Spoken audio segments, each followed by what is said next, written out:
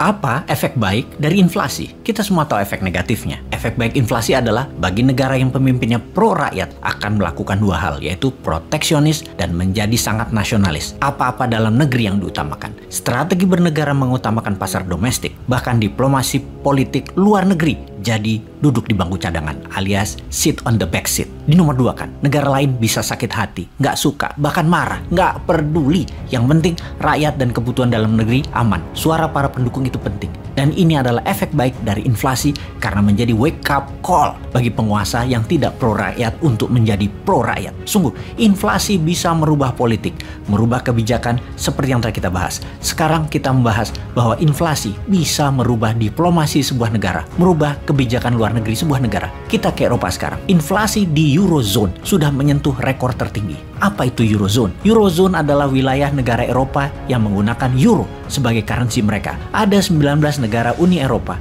yang bergabung dengan Eurozone, bergabung dalam Monetary Union, menjadikan euro sebagai primary currency atau mata uang utama mereka. Saat ini, inflasi di Eurozone year to year adalah 8,4%. Adalah yang tertinggi sejak terciptanya Eurozone di tahun 1999. Tahun tersebut, 1999 adalah tahun terciptanya dan efektifnya currency euro. Artinya inflasi menyentuh tertinggi dalam 3 dekade Eropa ini. Dan semua ini karena perang di Ukraina. Inflasi ini terjadi.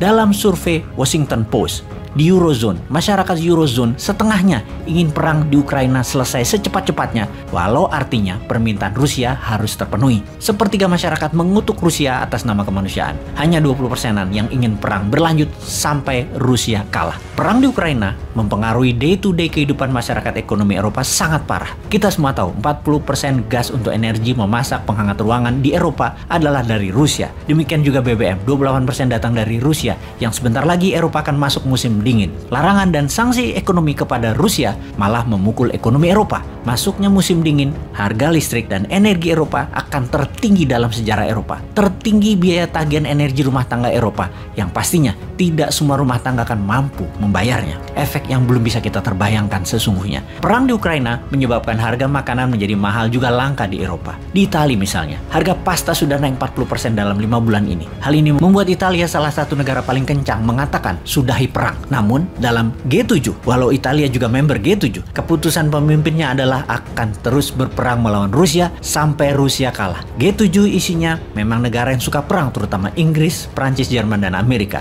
NATO dan G7 support Ukraina at any cost. Sudah diputuskan. Ya panjang nih perang, ya inflasi deh dunia. Pastinya tidak semua negara siap menanggung efek perang panjang ini, sehingga banyak negara rethinking, berpikir ulang prioritas bernegaranya. Sungguh, inflasi merubah prioritas sebuah negara. Inflasi memaksa perubahan prioritas negara. Kita semua tahu bahwa global prioritas saat ini adalah menghentikan perubahan iklim. Yang semua ini adalah masalah global yang harus diperangi bersama. Namun, ketika dalam negeri ada masalah yang lebih besar, global prioritas berubah. Semua negara menjadi mencari selamat sendiri-sendiri. Misalnya untuk memerangi climate change yang harusnya kita berjuang bersama, di mana salah satu kebijakannya adalah batu bara tidak akan dipakai lagi sebagai pembangkit listrik di tahun 2030 ke atas. Juga mobil listrik atau electric vehicle akan mengutamakan baterai, tidak lagi minyak bumi. Karena perang di Ukraina bakal panjang, karena kelangkaan energi, karena mahalnya harga energi, batu bara yang merusak alam pun sekarang ditingkatkan lagi penggunaannya. Hal ini tidak akan menghentikan perubahan cuaca dunia, bahkan makin memburuk, malah lebih parah lagi. Namun sebuah negara, sebuah wilayah yang tidak ada energinya, ya tidak ada pilihan lain selain pakai batu bara lagi. Ini akan menambah runyam lingkungan hidup tempat kita tinggal. Namun what the heck, sikat aja. Lingkungan ambiar urusan nomor 2. Penyakit meningkat, efek udara buruk, bodoh amat. Prioritasnya adalah energi murah, inflasi terkendali. Itulah mengapa dikatakan inflasi merubah prioritas bernegara. Eropa saat ini menyalakan lagi mesin pembangkit listrik batu bara yang lama sudah di shutdown, seperti Austria, Hungaria, dan banyak negara Eropa lain menyalakan lagi listrik berbahan batu bara. Bahkan Amerika juga melakukan U-turn alias balik badan urusan perubahan iklim climate change ini. Begitu harga energi berbasis fosil oil naik tajam, maka negara kembali bergantung kepada energi yang murah, yaitu batu bara. walaupun artinya mengotori udara di dunia. Sungguh, nggak pernah terfikir bahwa inflasi bisa merubah banyak hal sebelumnya, bukan? Dulu kita hanya mengartikan inflasi sebagai perubahan nilai uang di bank Anda dan kenaikan harga barang tidak disertai kenaikan daya beli. Memang, arti utama inflasi adalah naiknya harga dan menurunnya daya beli. Tapi sekarang kita tahu bahwa inflasi bukan hanya merubah nilai uang kita di bank. Itulah informasi kali ini untuk mengingatkan bahwa inflasi merubah banyak hal sampai iklim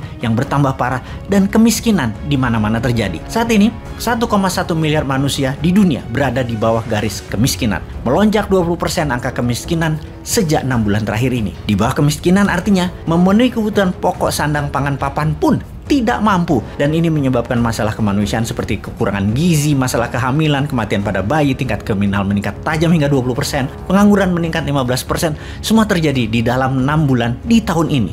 Inflasi menyebabkan mata rantai ekonomi memburuk, kehidupan sosial memburuk, yang untuk menghentikannya bisa memakan waktu tahunan, apalagi membangunnya. Sahabat semua, informasi ini adalah pelajaran dasar inflasi 101. Semoga bermanfaat dan Indonesia jangan sampai kena lingkaran turun efek inflasi. Tahunan menyelesaikannya, panjang, sampai nanti nggak jabat, masih belum selesai.